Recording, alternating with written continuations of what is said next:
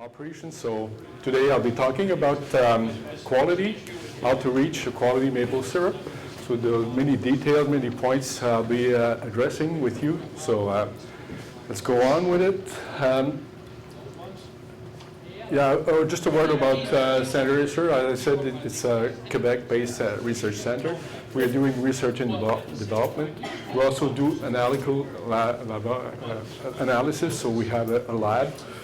And we do also technology transfer, which can be sometimes called extension. So like today we're doing, that's what I'm doing. So that's about the Centre ACER. If we think about quality, quality is has many aspects about it. So can be safety can be a big aspect of the quality. So it's a really important aspect. Expectation for consumer expectation also is part of the quality of maple products. Production techniques, so you want to have the best techniques to handle them correctly to have quality products. Of course, profit is important for you. It's part of the quality, so if you have quality products, you will make more profit. And law and regulation and law is also an aspect that's really important to have the quality of maple product to consider. I'll be talking about today commercial standards, maple syrup. How do we reach quality by aiming at the best facilities and procedures? Use available tools for using best practices, and that will give you all the advantages of producing quality maple syrup. What's the role of maple producers in producing maple syrup quality? Maple producers are the center of the quality maple syrup. If there is quality maple syrup, it's because of you. You're at the center, at the base of this quality, so your role is really important. For this, you have to be aware of the safety issue of the product. You have to know regulations and laws. You also have to know about your products, its properties, and all that. You also need to be aware, be informed of the issues in the industry, the trends and all that. And for that, you have to keep training, get training session and all that like you're doing today. So all these will help producers control the quality of their product. So there's two aspects, the laws and regulations really important in this aspect of quality. So here in Vermont, there's two levels of regulations. You have the federal regulation and then you have the state regulation. So I'm not a specialist of these questions, but I know there's many details about regulation and laws you have to deal with. This part of the quality is regulated by the law, but there's many other aspects of your operation, like the forest management and all that, the environment. So there's so many laws you have to to be aware of. But you know what? That's not all. You need also to be aware of international markets.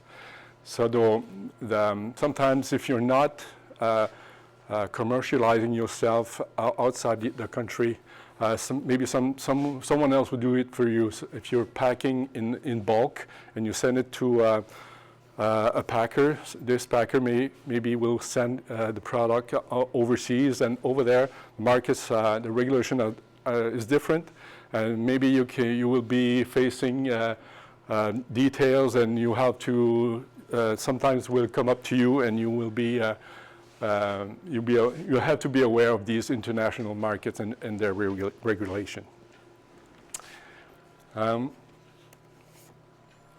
We talked about safety. Safety is all about hazard prevention. There's three types of hazard that can come up: biological, chemical, and physical. And on the other aspect of the quality is the performance. That's about the properties of your product, like its taste, organoleptic properties, the amount of syrup that you'll be producing, that's important for you, and also the nutritional aspects. Just for example, I put US grade maple syrup, and on the safety side, what we can see in these regulations that it says that it has to be safe for consumption and edible, and does not ferment. And on the other side, for performance, like there are many details they're telling you. For the control of solid content, you have limits you have to reach, like you have to be between 66 and 68.9% solid, 66 to 68.9 bricks. So this is the federal regulation, but I know that in Vermont it's different. The lower limit is higher. It's 66.9, I think. So those are details I just learned before I came here. But you know, these are you have to be aware of that. Has to be uniform in color. So another part of the performance. Good flavor and odor and intensity of flavor. That has to be maple. Have to have a maple taste. Free of flavors and odors as well, and has to be free of cloudiness, turbidity, sediment, and clean. Contains no deviants. So that's what this says in the federal regulation. So to be clean, you have a clean and safe production environment to reach that. You know how to prevent chemical, physical, biological hazard, as I said.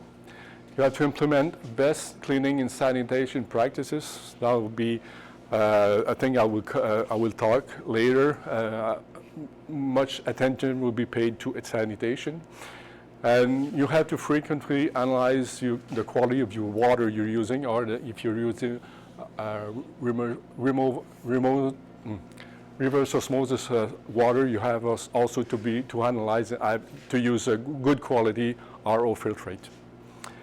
To reach that, also you have to have a clean and safe production environment concerning the sugar bush buildings, the people working with you, the installation, all the equipment. All these will help have a quality maple syrup. I talked about hazard prevention, 3 categories. Physical, so to assure that you don't have physical contamination of your product, you have to have well-maintained equipment, so the equipment are operating well. There's no deviance about that. You have to filter your sap and syrup also to prevent that. Chemical hazard comes from using chemical products, so the key here is to rinse properly if you're going to be using chemicals. So this is an important aspect of the production, though you don't want to have any chemical hazard or any chemical residue, so rinsing is very important. Another aspect is avoid contamination allergens. So allergens come basically from the use of antifoamers or defoamers products, so you have to use those that are not allergen sources, especially for if you're organic certified production. So yeah, this is really important. And biological hazard comes from the microbial contamination, comes from the sap basically. So to prevent that, you have to pack your syrup at warm, hot temperature and fully fill the containers. Use good quality potable water to clean your equipment and have them clean and sanitize well as well. This is an example of what comes when you have microbial contamination. You see the tubing here over here, really hardly contaminated. Same thing here with the extractor. Those are maybe the worst example I can show you. I know you don't have this in your sugar bush, but sometimes you can see this, and this is really awful. You don't want to have this. You have to maintain your tubing and your equipment always clean and to have the best sap, quality of sap to make the best syrup. My recommendation for cleaning or sanitizing these tubing would be not to sanicide them. The solution is to take them out and put new ones. There's no way you can clean this correctly and have a good quality material over here. So be aware of that. This contamination will have a big impact on the quality of your product. What could be these impacts? Example here, you can produce, if you have a bad quality sap, sometimes it can lead to ropey syrup or sour syrup. Those ropey syrup, we have an example here. Sour syrup is syrup that is really acidic, that comes from the degradation, microbial degradation of the sap. So in this example here, you have the sap really cloudy looking sap. So this could tells you that there's a lot of microbes in this. A lot of people having fun in your sap over here. So be aware of that. These are, this one is an example of ropey syrup, and this one is regular, so no defect syrup. So if you put an instrument into your syrup and you lift it up, you should see this. It only drops going down. And if it has a filament like that, you're in presence of ropey syrup. And in Quebec, when they do the inspection of maple syrup, they do this test. And if the filament is longer than 10 centimeters, about 4 inches, the syrup is eliminated. It is downgraded. So be aware of that. What is the principle behind ropey syrup? The bacteria that are in maple sap, what they do,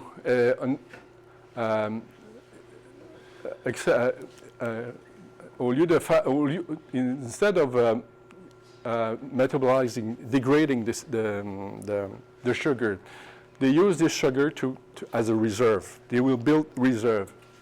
So they will add these sugar units one by one and make long filaments like that. These are called polysaccharides. That's why the syrup comes so viscous and ropey.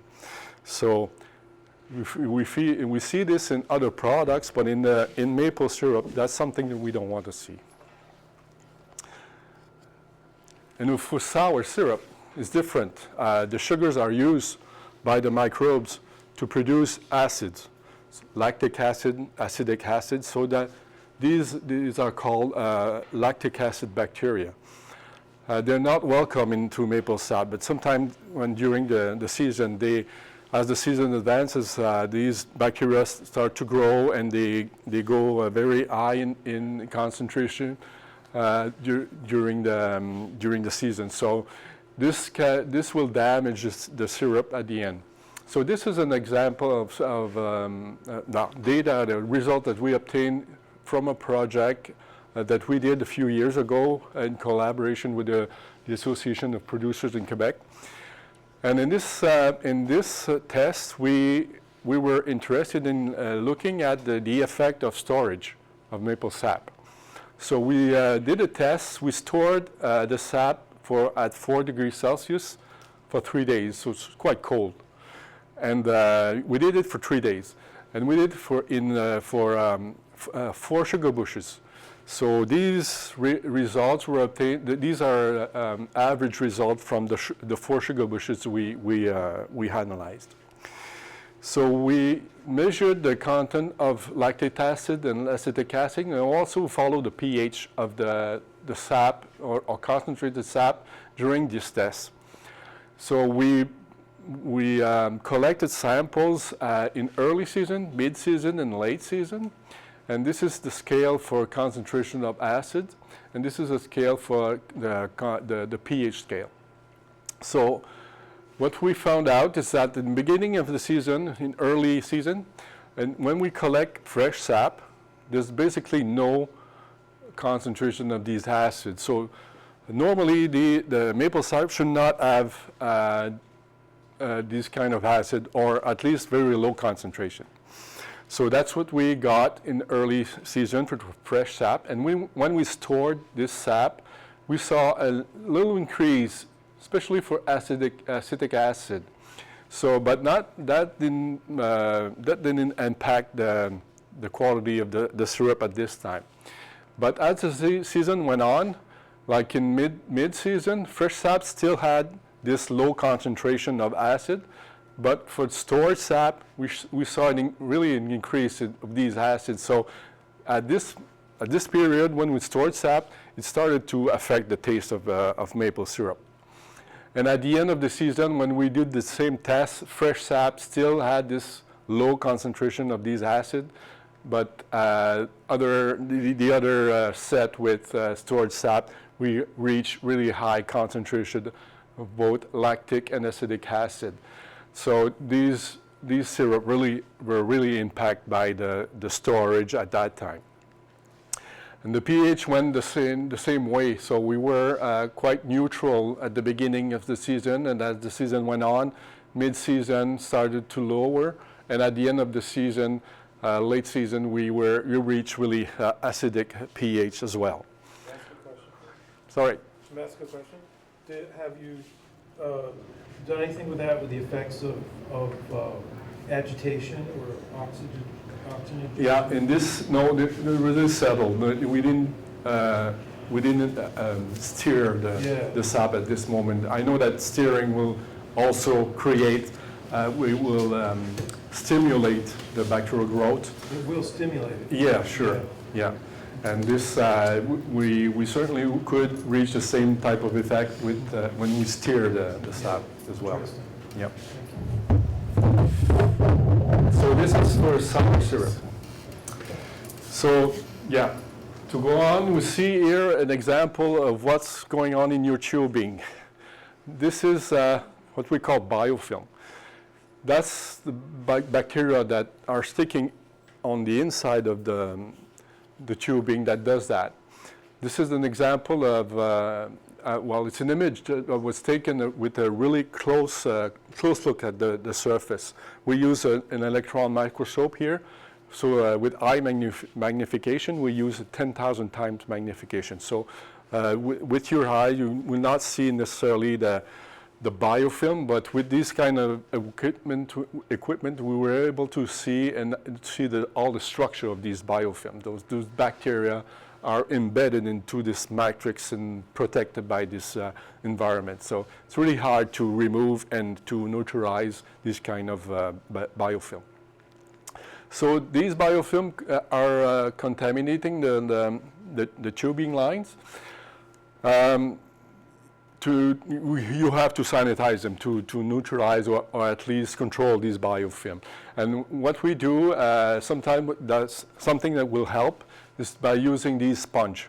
These sponge, if you pass this sponge inside, you will do some effect on these biofilm and scraping off these biofilm from the surface, inside surface of these tubings.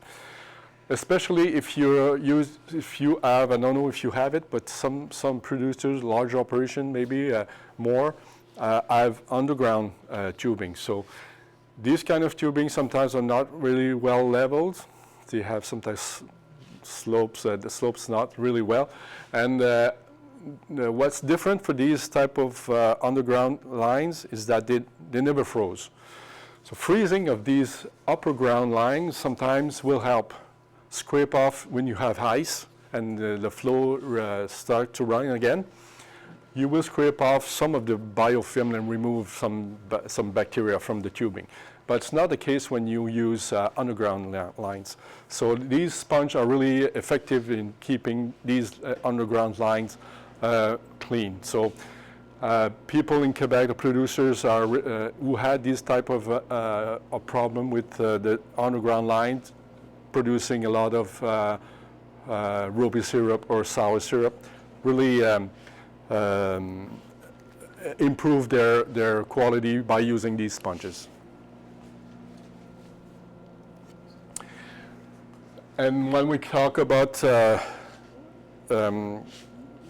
microbial contamination, well, the key to control it is to keep the storage time as short as possible and at the cold environment as cold as possible. So short time cold storage will help maintain the quality of the sap of the concentrate. Some producers are using bulk tanks that are refrigerated, so it will help.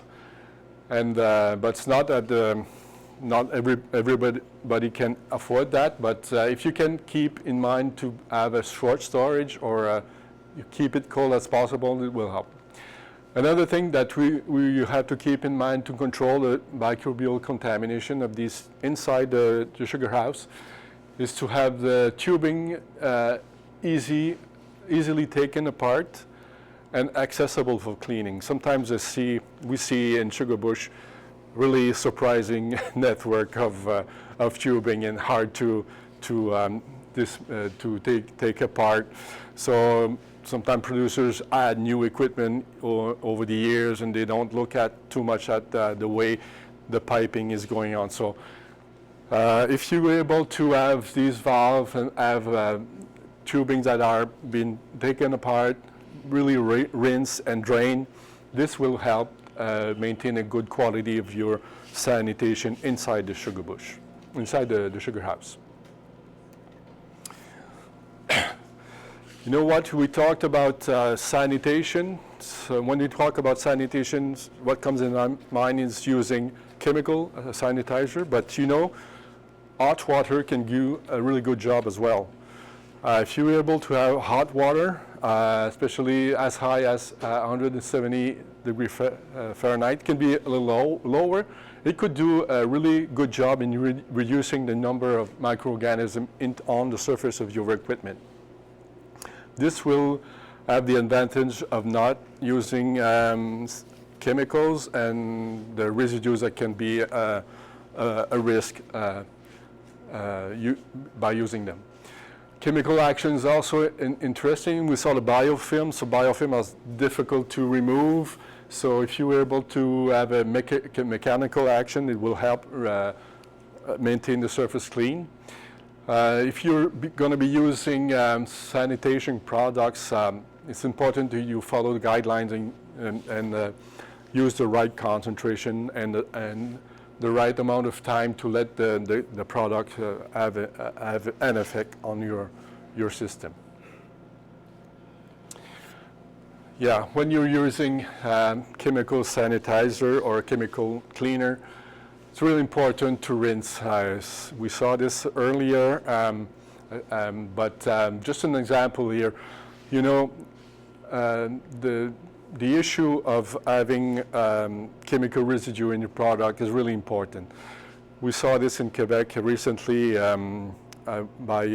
with people using chlorine-based sanitizer to sanitize the tubing system. So we found out that by doing this, there's a larger risk of having chlorate residue in your maple syrup at the end. The problem came from packers that sell the syrup overseas, especially in Europe. So in these countries, they have really low tolerance for this kind of residue. The regulation is very strict. The amount of residue of chlorates tolerate is 50 ppb. So this is practically nothing. So they're really strict on that. So the containers came back from these countries having too much of these residue. So it's a big cost for the industry. Just an example here. If you have in mind that your residue are low in the sap, for example, 50 ppb in your sap. If you think, if you consider concentration and evaporation step, the final residue in your syrup can go up 40 times. So you have 50 ppb in your sap will come to 200 ppb and more than 2000 ppb in your final syrup. So that's way over the limit that is tolerate for the regulation. So yeah, so rinsing is really important. So I talked about bleach. So if you're using bleach for cleaning the tubing system, make sure you rinse it well. So it's difficult to rinse the tubing system in the sugar bush. So that's why it's not really recommended to use chlorine products for that. There's alternatives. As I talked to you about hot water, but there's also peracetic acid, another sanitizer that can be used. We don't have too much data on this product yet, but I know that it works well on equipment inside the sugar house. So maybe an alternative to chlorine products is by using hot water or peracetic acid.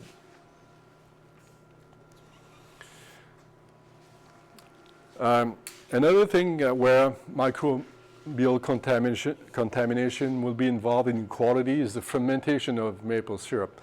I don't know if you have ever experienced fermentation, but that's something that will lower the quality of your product. And the key here is to have a control on the density of your product. So it has to be between 66.9 or higher than 66.9. So if you go lower than this, there's a risk of these bacteria to develop into the maple syrup and make a fermentation. At lower concentration, the sugars are not then the concentration of sugar is not high enough to prevent the microbial growth. So it's really important to respect that. You have to reach these bricks level, you have to use properly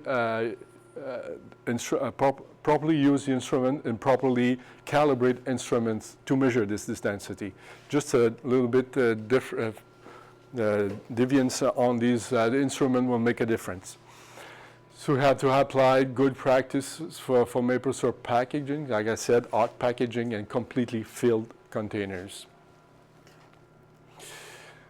So the target interval for bricks is between 66.9 and 68.9. So lower than that, you have a great risk of fermentation, and higher than that, you will have a risk of crystallization. So these crystals will deposit at the bottom of your syrup and will affect its appearance. And yeah, you have to make sure you know to use and calibrate the instrument you're using. Hydrometers, hydrotherms, refractometers, they're all sensitive instrument, delicate, so you have to use them very carefully.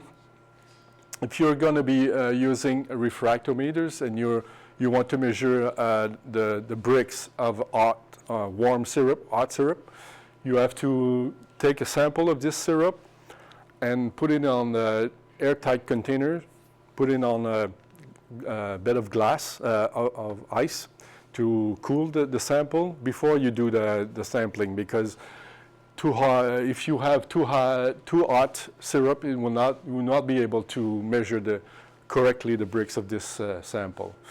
So there's other alternatives. Maybe you saw them in the store here. So this can help you reach a good measurement of your bricks, but be aware of the calibration of your equipment. To help in these measurements, Centre ACER has produced some calibration solution for refractometers, because on a commercial basis there was no available solution like this for the maple producers. So we produced that and made them available for producers. The same thing goes for hydrometers or hydrotherms. Last year we came up with a new calibration solution for these instruments. The idea to prevent fermentation as well is to apply good practices when packing the syrup. If you look at the image here, you have the syrup coming out of the evaporator that goes into the filter press. Just by doing this, the temperature of the syrup will drop. So you need to use something to bring back to a higher temperature, the syrup to a higher temperature. So you have to use a heated tank where you will calibrate the syrup, check for its color and its bricks, and also to see if it's been filtered well before you pack the syrup, and make sure you pack it at a high temperature and fully fill the containers. I know that's not easy to reach, and producers are struggling to meet these steps, but you have to tend to have this kind of setup to improve the quality of the product. Yeah, make sure that equipment and technology are used and adapted for maple syrup production. They are operated correctly. One thing about not mentioned, but it really important, is the use of anti-foaming or defoamer products to when you boil the syrup into the evaporator. You have to keep in mind to use it as minimal as possible. There's a risk by using too much that your syrup will have taste effects, or the concentration of the residue will be too high. You might not be aware of that, but there's certain issue about this in the industry right now. We're trying to look at it, but with the previous data that we collect a few years ago, when we did some surveys for producers, and we saw that the concentration of defoamers being used by the producers was way too high.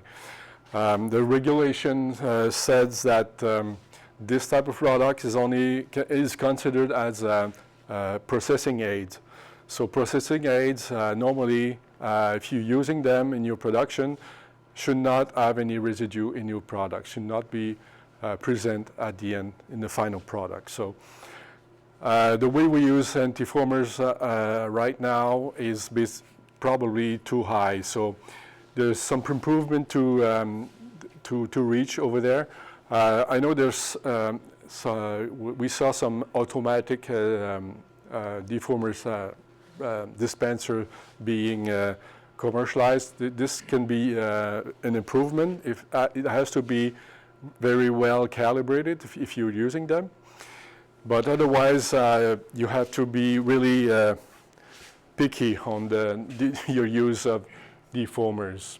How do you test for that? Is it just a taste test, or is there? There's a taste test in Quebec that is being done, but if the taste test is positive, it's because you have used way too much.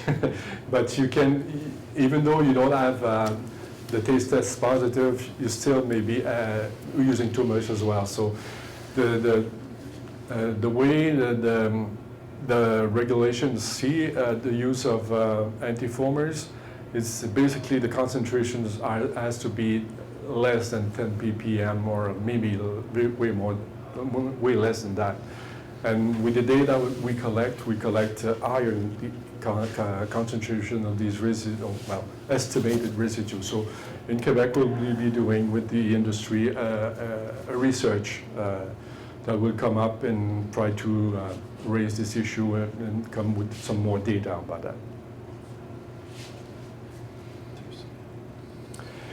that. Yeah, to try to solve this issue, we came up with a prototype here with Centre ACER. We tested a way to not use anti-foamers. So it's basic, it's quite simple as a system that we came up with. It's a tubing that we put over the pans of the evaporator. And in this tubing, we circulate cold water or cold RO filtrate. So this, when the foam comes in contact with this tubing, cold tubing, the foam will sit down and remain at a low level. So this is a way to control the foaming into the evaporator during the production. You see here on on the left side, the system was not in operation. We had the system in, but there was no water circulating in it. So the foam tended to go up and try to go over the pans. And on the right side over here, you see that the foam is really maintained at a low level when the system was on.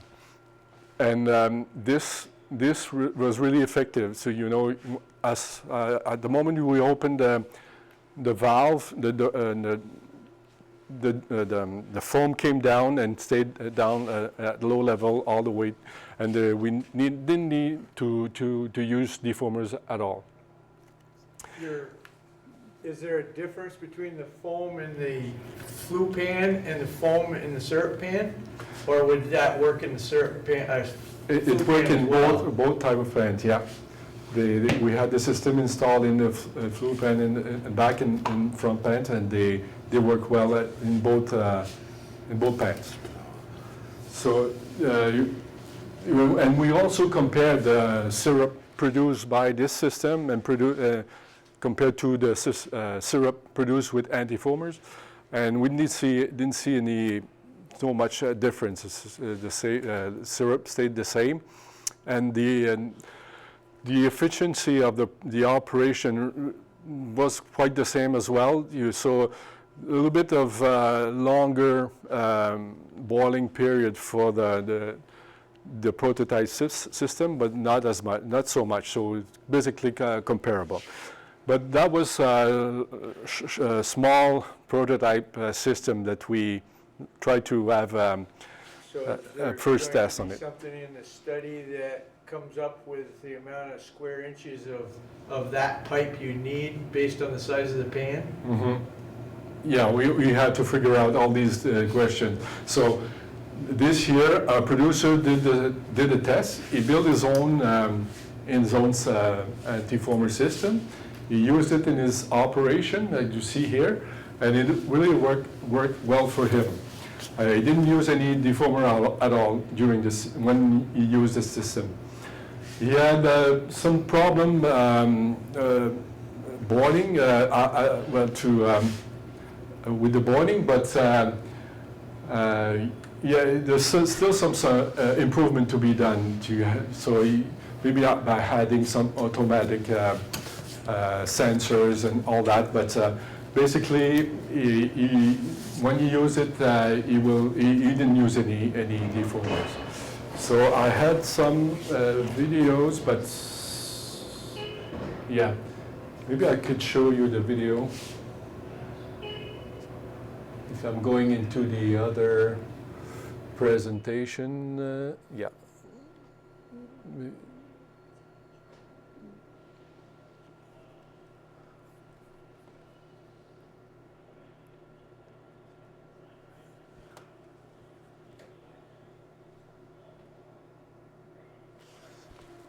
You see, boiling the front pans.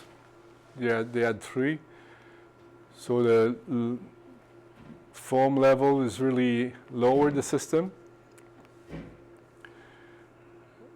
And in the back pan as well. The foaming was really high, but it didn't go over. Yeah. So we're going to go further into these tests with the system.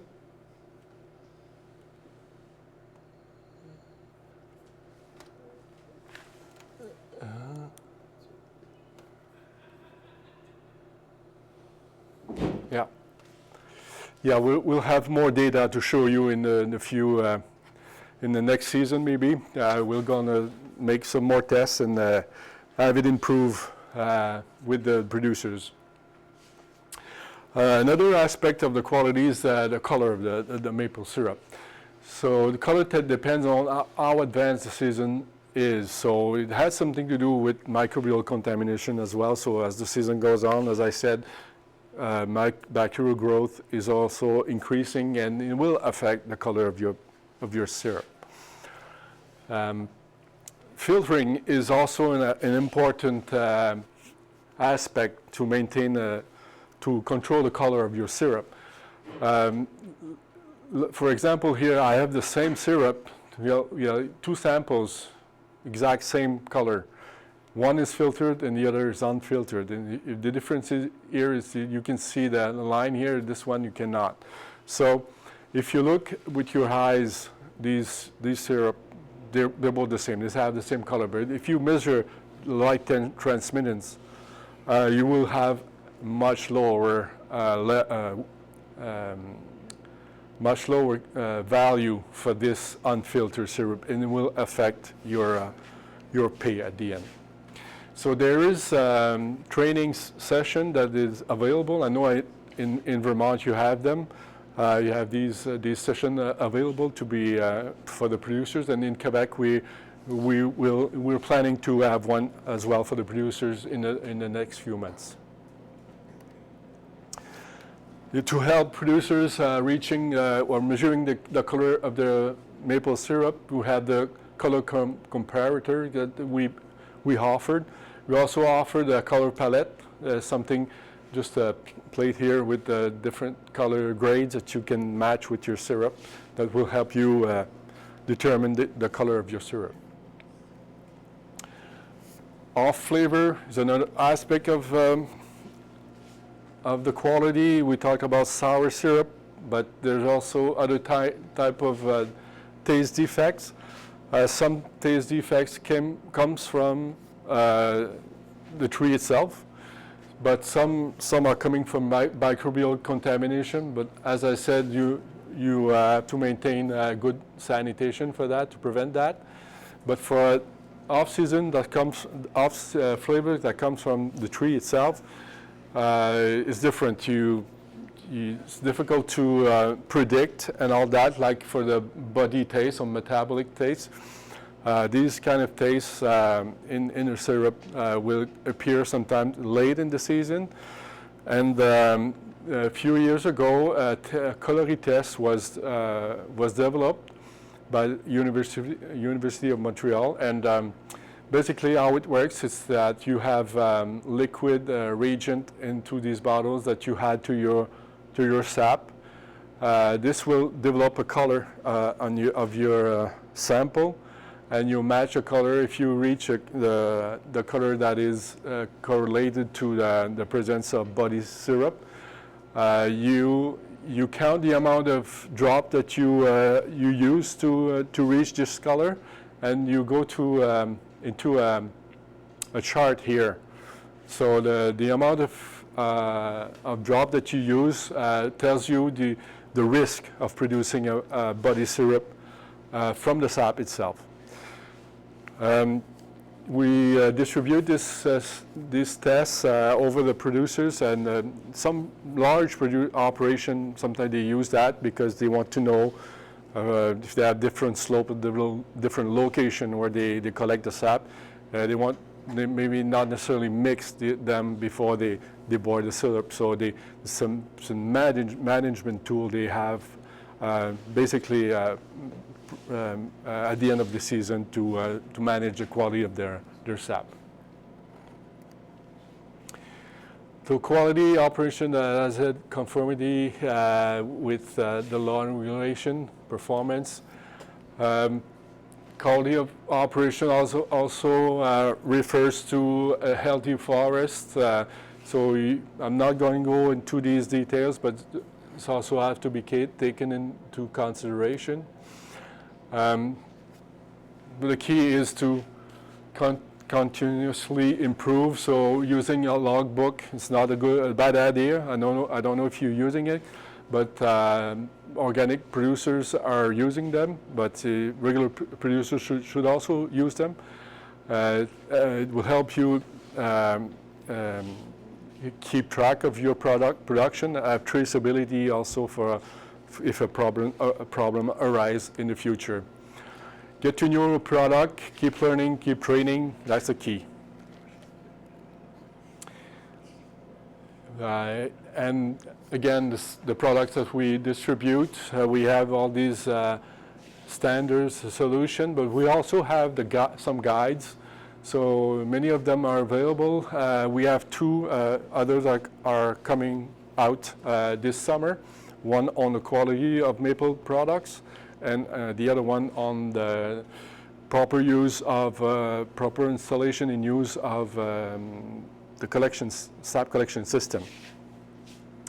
So these are all available to producers, but unfortunately for you, they're all in French except one for the sanitation of the tubing system that is also in English. We also do training. We have a mini training session offered to producers, and they on any kind of subject.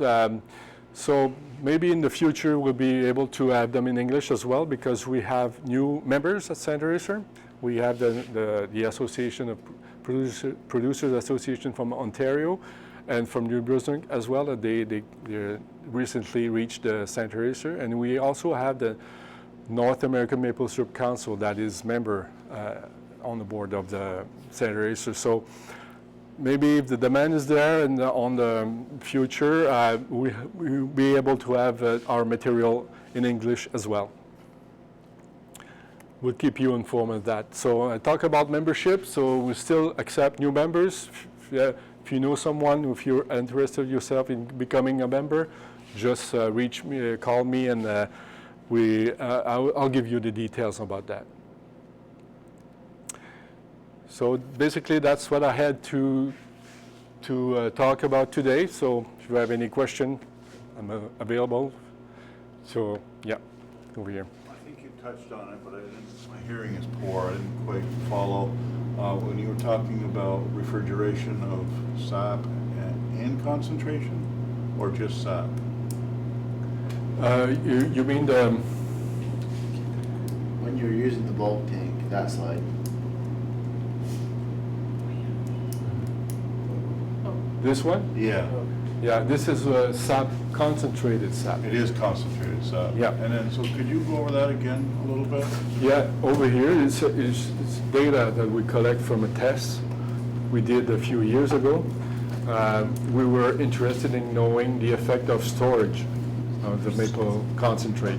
So we had fresh sap and stored the same sap. We stored it at 5 degrees Celsius for 3 days, and we compared it. We did this different period of the season, and we did this in 4 different sugar bush. Those are average numbers, average results. And that's showing the pH level changing? Yeah, if you're going to be doing storage, especially at the late season, there are many microbes in your sap, in this concentrate. This will affect the quality of the sap. It will produce higher concentration of lactic and acetic acid, and also have an impact on pH. pH will drop significantly. So, Which is a problem. which is a problem, will rise to sour syrup, Yeah. taste defects Yeah. related to that.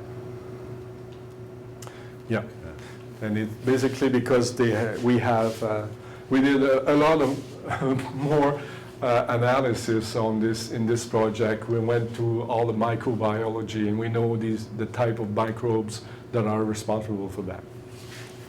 So what was the period of time that the sap was refrigerated? 3 days. 3 days. Yeah. I took Oh, a picture for I you. can see it. Thank you.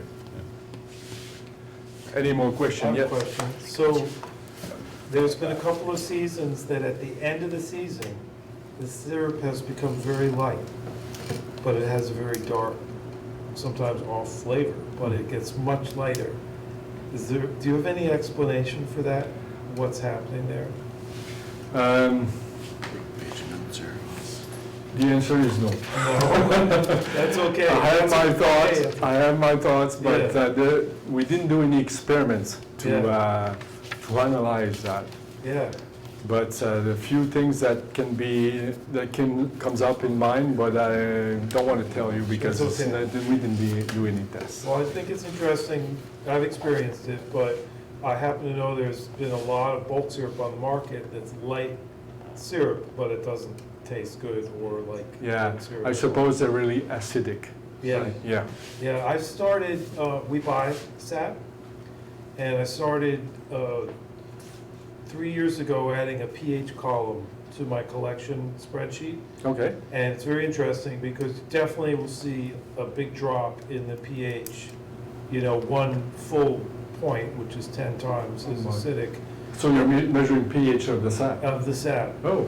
And as a marker for like just another data point, That's good. is it okay for me to say we're done here? Yeah. You know, because there's a lot on the line when you're buying people's syrup, sap rather. So analytically, I've, seen that there is a change in pH as that degradation Yeah. is occurring at the end of the season. Yeah, that's a good way to be able to track the quality of your sap before you do the syrup. Yeah, test everything else anyway, so why not test the pH? Yeah. And then you have the data to be able to say, Yeah, look, there's a big change. Something really easy to do and. Yeah. Yeah, it's good. Is the color eye test available now to buy? Yep. It is. Yes. Yeah, last time when we were in Quebec, they said it was not quite ready. Yeah, it's been offered last year to some producers, but Yeah. this year we went on a large scale. And you can buy it on the website? Yes, you can have it on the website. Okay, great. I've been waiting for that. Website, yes, it will be available in a short period Okay, on the website. great. Thank you. Any more questions? Well, thank you very much. Thank you. Thank you. Thank you.